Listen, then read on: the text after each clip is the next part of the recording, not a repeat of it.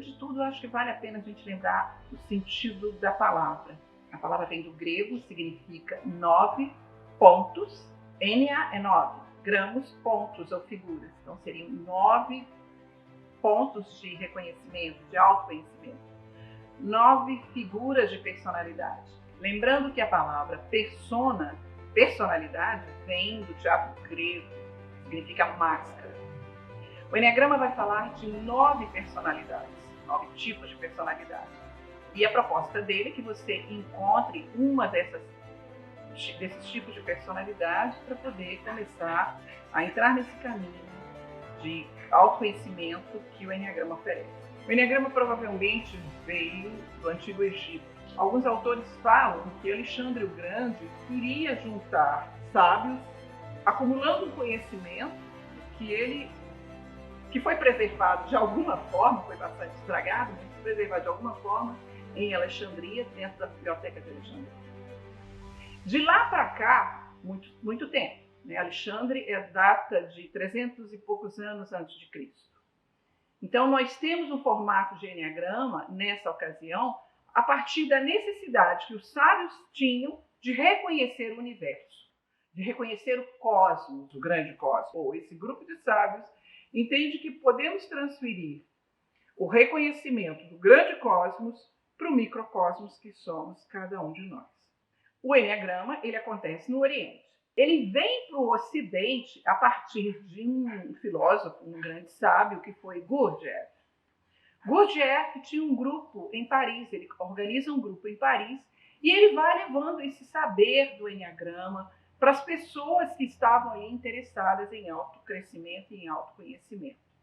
Gurdjieff falece ainda muito jovem e toda a história dele, todo o conhecimento dele é passado, vem para nós através dos seus alunos. É interessante pensar que Gurdjieff vem numa época que é comum essa questão da busca do autoconhecimento, porque é na ocasião que aparece também Freud e o Jung. Muitas pessoas que conhecem com mais profundidade Jung dizem que os tipos do Eneagrama têm tudo a ver com os arquétipos que Jung desenvolve. O Eneagrama que nós conhecemos hoje, o formato, tem muito a ver com Ichaço. Ichaço organiza um grupo de estudos em Arica, no Chile, e começa a desenvolver estudos de aprofundamento utilizando essa ferramenta do Eneagrama. Uma determinada época, por volta da década de 70, agrega ao estudo do Ichaço um aluno muito especial que é Cláudio Naranjo. Naranjo é psiquiatra e ele contribuiu em muitas coisas para o Eneagrama, mas a meu ver, enquanto psicanalista, foi o fato da gente utilizar a técnica de grupos para poder trabalhar esse autoconhecimento. Nos grupos, as pessoas funcionam meio como espelhos uma da outra.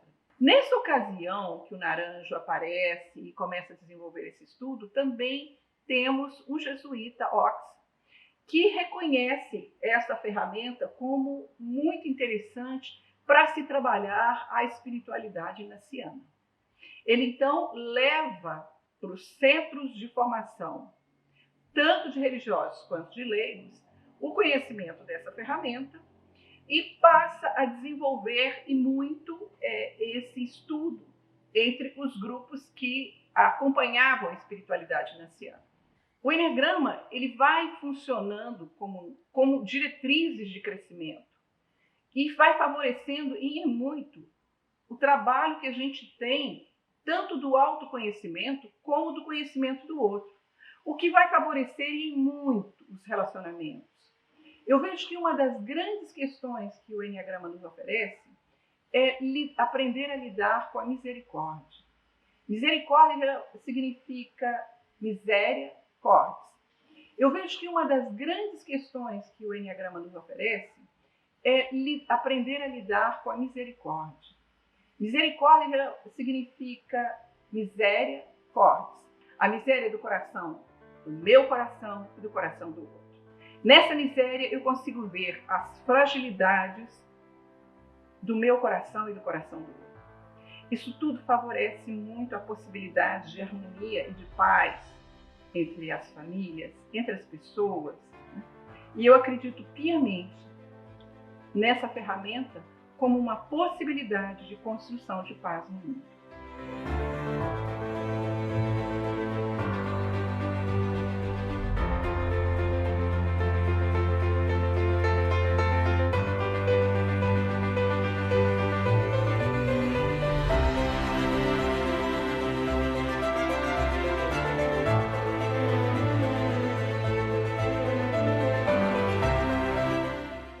O objetivo desse primeiro módulo é você identificar qual é o seu tipo no Enneagrama, porque é ele que vai desencadear várias possibilidades de crescimento. Então, eu preciso saber qual é o meu tipo. É muito importante vocês entenderem que personalidade é uma palavra que vem do grego, significa máscara. E essas máscaras são formas que eu adquiri em tenra idade de sobreviver. Entenda que nós estamos personalidade, ou seja, estamos mascarados, mas não somos personalidade. Entretanto, é a partir dessa opção, e eu vou botar entre aspas, porque é uma opção que não é uma opção, tá? Por uma dessas máscaras, é que faz eu entrar em contato comigo mesmo, com a minha essência. Bom, vamos começar do tipo 1. O tipo 1 é um tipo um tanto quanto ranzinza, que tem dificuldade muito grande de lidar com a raiva. Se você perguntar para um tipo 1 se ele está com raiva, ele vai ficar muito bravo com você. Então é bom não arriscar, ok? Ele é aquele tipo de pessoa que quando chega num espaço, ele vai procurar alguma coisa que está fora do lugar. É uma pessoa extremamente crítica, que tem um dedinho apontado para nós, mas olha bem, 4 outros apontados para ele mesmo. Ou seja, é uma pessoa que sofre muito em função disso, né? Por causa de uma autocrítica absurdamente grande, sem necessidade. Mas é como ele consegue se colocar, tá? A máscara 2, a cor dela é vermelha. E é bastante interessante você entrar em contato com isso, porque são pessoas que estão muito voltadas para a questão da ajuda. Elas têm uma anteninha absurdamente fantástica que conseguem perceber, essa anteninha consegue perceber o quanto o outro precisa de ajuda e que tipo de ajuda que esse outro precisa. E outra, se o outro não tem necessidades, esse tipo 2 vai criar neles necessidades. Porque o 2 precisa que se precise dele. É o tipo de pessoa que dá o sangue, né? E se você ver, todas as instituições ligadas à ajuda, elas têm essa cor vermelha do sangue, característica da máscara do tipo 2. O tipo 3 é um tipo bastante mascarado, porque ele tem uma preocupação grande com a imagem. Ele está sempre querendo saber qual é a imagem que ele deve ter para agradar o outro. Se fosse um animal, seria um camaleão, que está sempre se moldando às necessidades. Então, é o tipo mais mascarado do Enneagrama. Vamos pegar agora a máscara 4. A máscara 4 é a máscara mais sombria. É uma máscara que vai falar muito da questão da emoção. Uma máscara muito melancólica e que, por incrível que pareça, gosta de ficar nessa melancolia. É uma forma que eles dizem de produção maior. São os nossos artistas. Eles dizem que quando estão na melancolia, veja bem, eles não são tristes, tá? Tristeza é para simples mortal. Agora, melancolia é coisa de gente muito especial, porque eles gostam disso. Para eles ser especial é de suma importância. Não os misture com outras pessoas, porque eles são únicos, exclusivos, originais e especiais. A máscara 5 tem a cor azul, o azul rei. Eu acho que tem tudo a ver com ele, porque ele se acha o rei. Ele se encastela, ele se fecha nesse castelo, e dentro desse castelo ele tem tudo que ele precisa. E de uma maneira geral ele precisa de muito pouco. Tendo ali o básico para a sobrevida dele, o básico para ele em termos de aprendizado, é uma pessoa muito culta, quer sempre saber mais e mais e mais, tem um saber muito profundo, tá? Isso aí resolve a questão dele, resolve a vida dele. São pessoas ávaras. E essa avareza tem a ver com a dificuldade de se doar, com a dificuldade de trocar, de ter relações mais afetivas com o outro. A máscara 6 é bastante interessante, que a cor dela é terra. Ela precisa muito estar em contato com a terra para que ela se sinta segura. São pessoas mais inseguras e pessoas que veem no futuro muito próximo coisas ruins acontecendo. São pessoas que têm um pensamento acelerado e sempre imaginando que o que pode vir vai vir de uma forma catastrófica. Elas dizem que elas são muito precavidas. Isso é válido e é necessário para todos nós. Entretanto, opção e não partem para a ação. E elas precisam reduzir esse tempo entre ser precavidas e serem ativas. A máscara 7 é uma máscara de cor verde. Se a gente lembrar de que um ícone verdinho, com roupa verdinha, é o Peter Pan, dá para entender bem a noção que esse tipo tem da personalidade dele. O Peter Pan vive na terra do nunca, sempre brincando, sempre rindo, alegre, combatendo o Capitão Gancho, mas sempre na brincadeira. Esse é o tipo 7. E verde por quê? Porque não amadureceu. E não quer amadurecer enquanto dentro da personalidade dele. É o tipo que se diz mais feliz do Enneagrama. Mas, na verdade, é uma felicidade onde ele cresce em termos de idade, mas não cresce em termos de mentalidade. O tipo 8 é um tipo bastante raivoso. Tudo dele é 8 ou 80. Não existe o cinza, não existe meio termo. Existe preto ou branco. Está sempre buscando a verdade e sempre buscando a justiça. Obviamente, a verdade dele e a justiça dele. O tipo 9 tem a cor, uma cor de ouro velho, que fala muito de um reconhecimento de vida a partir da própria experiência. É uma pessoa que tem uma dificuldade básica de lidar com conflitos. E com isso, ele fica sempre em cima do muro, sem conseguir decidir o que realmente precisa ser feito. É uma pessoa que trabalha muito, que dá muito duro. Entretanto, tem dificuldade de fazer aquilo que precisa ser feito. Aquilo que seria chamado de atitude certa. Principalmente se essa atitude certa diz respeito a ele. O que é a proposta, ou qual é a proposta do módulo 2? Que a gente entre em contato com as nossas potencialidades, com os nossos dons, com nossas capacidades de crescimento, rumo à nossa essência, rumo a quem realmente nós somos. É muito interessante como a gente teima em não ver quem realmente a gente é. Nós vamos entender, principalmente o pessoal da cabeça, que é um pessoal mais inseguro, mais medroso, o quanto é importante desenvolver neles a fé. Porque é a fé que afasta o medo. Tem uma música que fala exatamente isso. A fé afasta o medo. Então precisa desenvolver essa fé. Essa fé que realmente os faz se sentir mais capazes de viver a vida como um todo, como a vida oferece. É importante também entrar em contato com questões da esperança. O pessoal do coração é um pessoal também esperançoso, que ensina para o outro que o mundo pode ser muito mais bonito do que já é. O pessoal do coração é um pessoal afetivo, é um pessoal que mostra a capacidade que os outros têm de ser pessoas íntegras, pessoas felizes, pessoas que sabem buscar aquilo que vai fazê-las serem pessoas melhores. Vamos entrar em contato também com a questão do amor. Tem um grupo que precisa desenvolver mais esse amor que tem. Entenda que amor não é emoção, amor é atitude. Amor é buscar realizar no outro os sonhos de ser melhor, pessoas melhores. Então, nesse módulo, entrar em contato com isso faz com que também a gente vai buscando, estou repetindo, o contato com a nossa essência. O que é essência? Essência é a dimensão superior do ser. É o nosso contato com o divino que existe dentro de nós. É uma dimensão mais ampliada da realidade. Entenda que personalidade é máscara, personalidade não é a realidade real, vamos dizer assim. Essência é o mundo das ideias superiores, um mundo mais ou menos do mundo que a gente sonha. Um mundo sem maldade, um mundo sem brigas, sem discussões, um mundo que eu gostaria de ter e poder viver. Essência é o mundo do eu verdadeiro, é o mundo fora do ego, é o mundo contrário ao mundo da personalidade. Entenda que também uma curiosidade é que essência não tem plural. A gente não diz essências, a gente diz essência. Porque é através da minha alma individual que eu consigo conectar com o que tem de melhor em mim.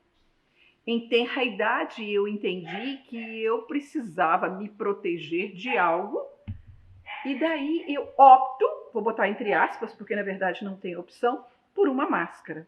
ou eu opto por um tipo de personalidade no Enneagrama. Lembre-se que personalidade tem a ver com persona, que é máscara, ok? Então, se é máscara, não é verdadeiro. E aí, quando eu digo que essência é o que há de verdadeiro em nós, fica claro essa definição, ok? Todo mundo, quando faz o Enneagrama, sai, principalmente do primeiro módulo, onde a gente vê as máscaras, né, entendendo com muita clareza que os tipos, que são as personalidades, se caracterizam por coisas assim que a gente considera muito negativas, né? Por exemplo, o tipo 8. Tipo 8 a gente vai entender que é uma pessoa dura, rígida, quase que do mal, né? Uma pessoa que não se incomoda de cotovelar os outros, uma pessoa que consegue ver o ponto fraco do outro e cutucá-lo nesse lugar, nesse ponto frágil. Quando a gente vê o tipo 9, por exemplo, ele é aquele lento, aquele lerdo, aquele preguiçoso que não quer fazer nada que vale a pena, é isso? A gente entende que o 1, ele, na personalidade, ele vai muito para a busca da perfeição, fica chato de tão perfeccionista e exigente que se torna, tanto exigente para ele quanto para o outro, é irritante. A gente entende o 2 como alguém que está sempre preocupado em ajudar o outro e buscar alguma coisa em troca, não tem altruísmo nenhum. A gente entende o 3 como aquele que quer trabalhar, fazer, fica muito ligado à imagem. O 4, cheio de emoção, cheio de nhenhenhê, e sempre achando que está faltando alguma coisa, preocupado com o que tem o outro, que o outro tem aquilo que falta para ele. O tipo 5, sempre fugindo, se escondendo dos outros, numa avareza de emoção e de sentimento. O tipo 6, medroso, assustado, ou então atacando por causa do medo. O tipo 7, cheio de programações, sempre buscando o prazer, nunca encarando a própria realidade, né? Esses são os tipos que normalmente as pessoas, inclusive, decoram, né, para lembrar deles enquanto tipos no Enneagrama.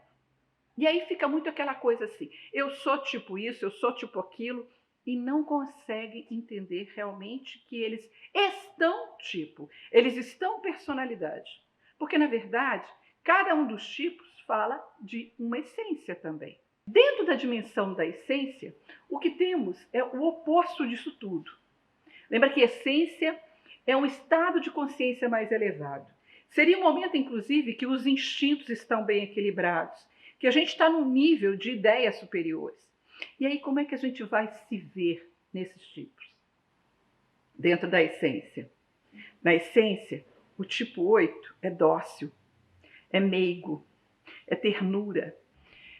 O 9, nossa, na essência, ele é enorme, ele tem uma energia absurdamente grande.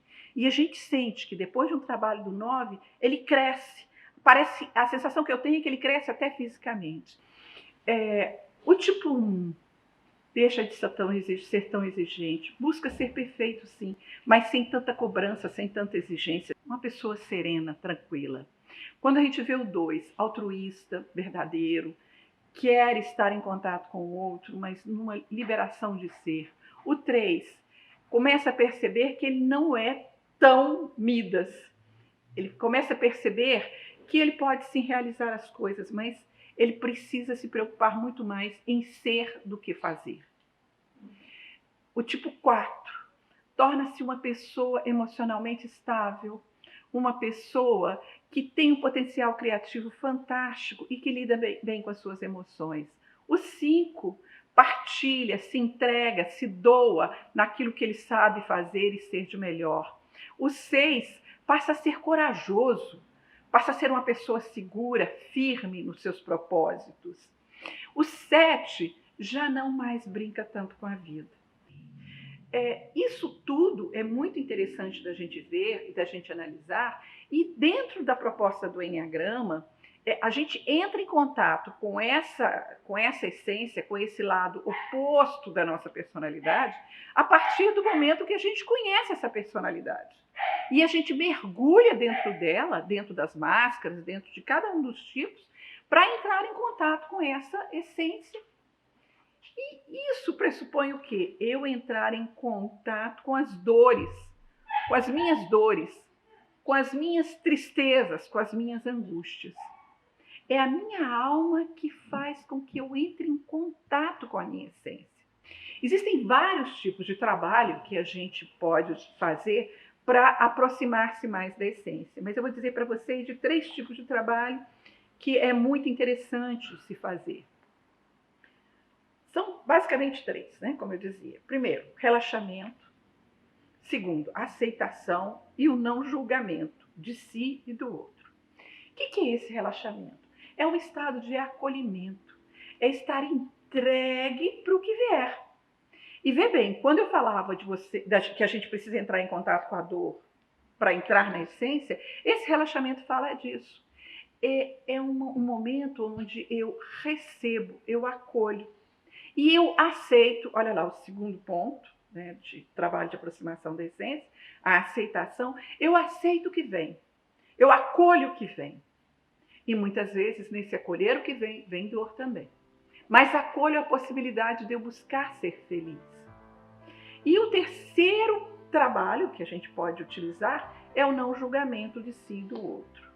É eu sair da culpa, é eu parar de ficar me chibatando por coisas que eu vivi, por coisas que eu fiz ou coisas que eu não fiz, para poder realmente caminhar e ser mais livre para ser quem realmente eu sou. Entendendo que esse resgate da nossa criança ferida tem a ver com o curar essa criança que está machucada, que está ferida, né? E que a gente é capaz de colocá-la no colo, acalentá-la, para que ela se torne a criança que deve ser, a criança feliz. Essa criança está em nós, essa criança é o melhor de nós. É essa criança que nos faz nos encantarmos pelas mínimas coisas, nos faz nos encantarmos pela vida, nos encantarmos com a beleza que o mundo nos oferece.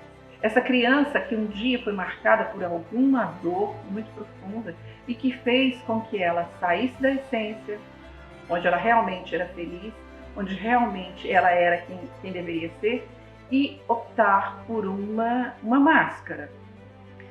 A gente costuma dizer que o Enneagrama é uma casa redonda, cheia de 4 janelas. E nessa idade, em tenra idade, na infância, a gente resolve optar por uma dessas janelas, que é uma das figuras da personalidade.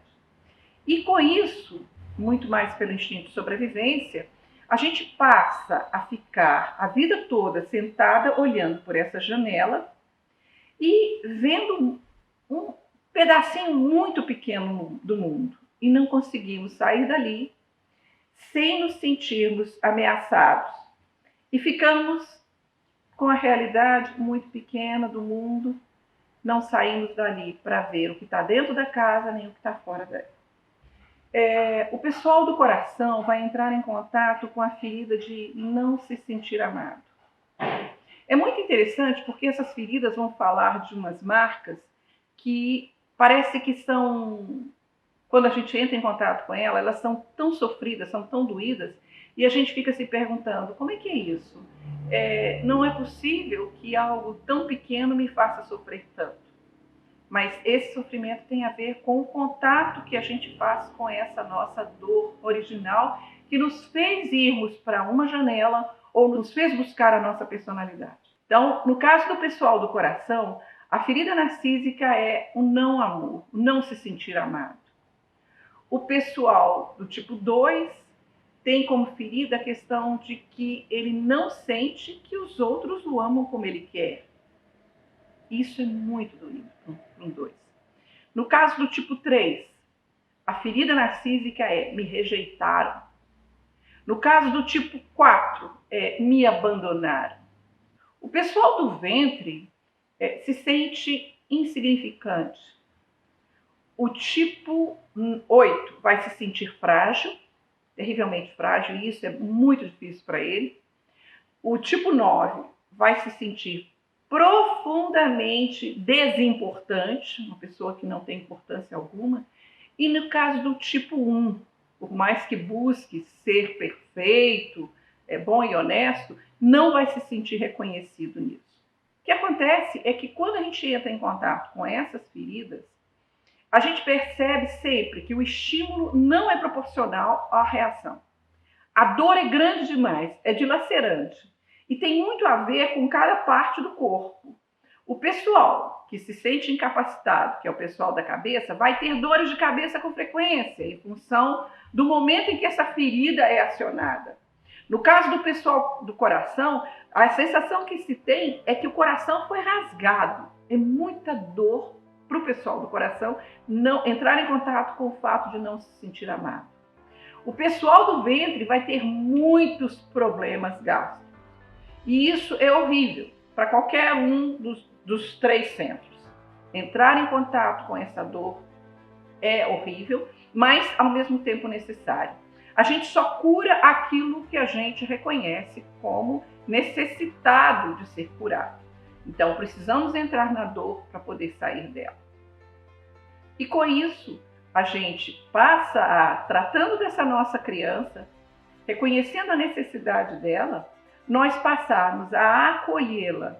E não tem ninguém capaz de fazer isso por nós, só nós mesmos. Acolhê-la, carregá-la no colo e mostrar para ela que nós crescemos e somos capazes de tratar dela como ela quer e como ela precisa. E nisso, nós vamos resgatar a criança ferida, curada e tratada, mas vamos passar a enxergar a nossa criança como ela realmente é. A criança feliz. A criança que é o nosso melhor.